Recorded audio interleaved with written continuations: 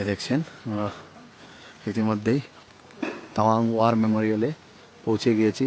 War মেমোরিয়ালের যে এটা একটা বোর্ড, ওয়ার মেমোরিয়াল, তারপর এখানে যে যে আছে head office, main office, helipad সবগুলো আছে। এই সেই গেট, এবং এই গেটের বিশেষত্ব হচ্ছে এখানে আপনি যখন এন্ট্রি করবেন তখনই খুব সুন্দরভাবে লেখা আছে তাওয়াং ওয়ার মেমোরিয়াল। এবং এই তাওয়াং ওয়ার মেমোরিয়ালে জাস্ট আমরা এন্ট্রি করার পর জাস্ট ঢোকার পরেই আপনি দেখতে পাবেন বিশাল আকারের জাতীয় পতাকা, যেটা ভারতের ইন্টিগ্রিটি, ভারতের সার্বভৌমত্বকে প্রমাণ করে।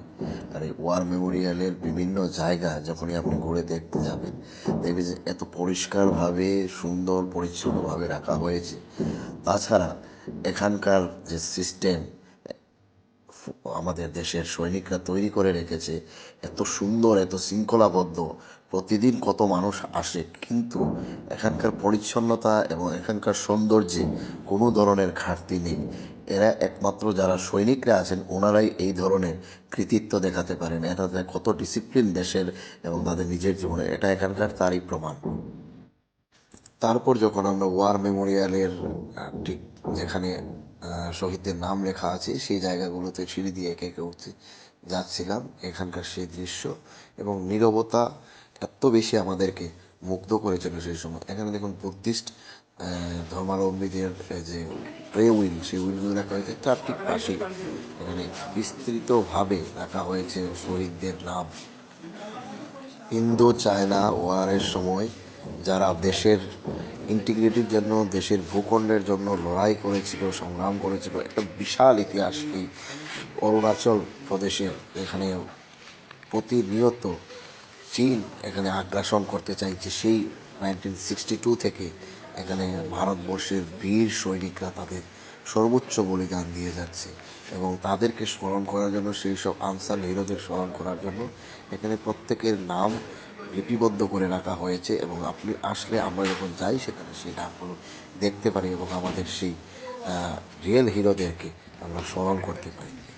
এখানে আসলে আপনাকে একটা সৌন্দর্য যতটা মুগ্ধ করবে তার থেকেও বেশি মনে হবে যে ভারতবর্ষের সৈনিকরা যেভাবে বলিদান দিয়েছে, সেই বীরগাথা, সেই গৌরবগাথা, সেই গৌরবগাথা মনে করে আনন্দিত এবং গর্ববোধ।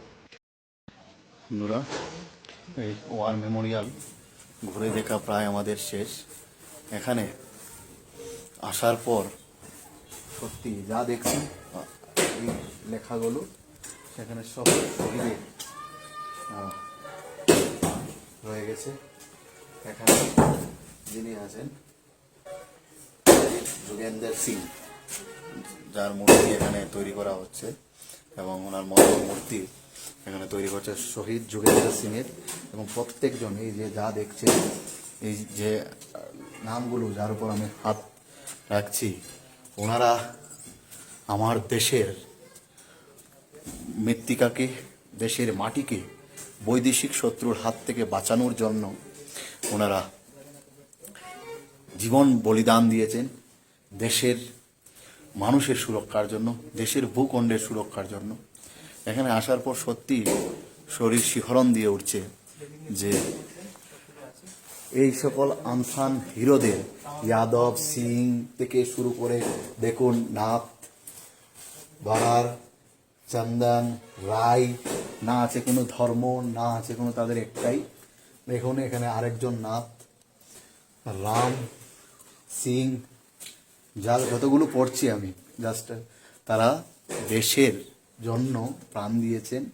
এবং থাপা থেকে শুরু করে সবাই যারা এখানে প্রাণ দিয়েছেন, যারা দেশের মাটিকে ভালোবেসেছেন, সেই সকল মানুষদেরকে স্মরণ করার জন্য এখানে এই ওয়ার মেমোরিয়ালটা তৈরি করা হয়েছে।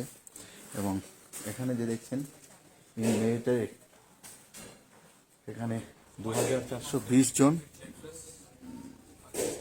লোকেদের শহীদ হয়েছেন। সেই শহীদদের এখানে অমর জ্যোতি জ্বালানো হয়েছে। সেই অমর জ্যোতির আমরা দেখলাম, খুব সুন্দর।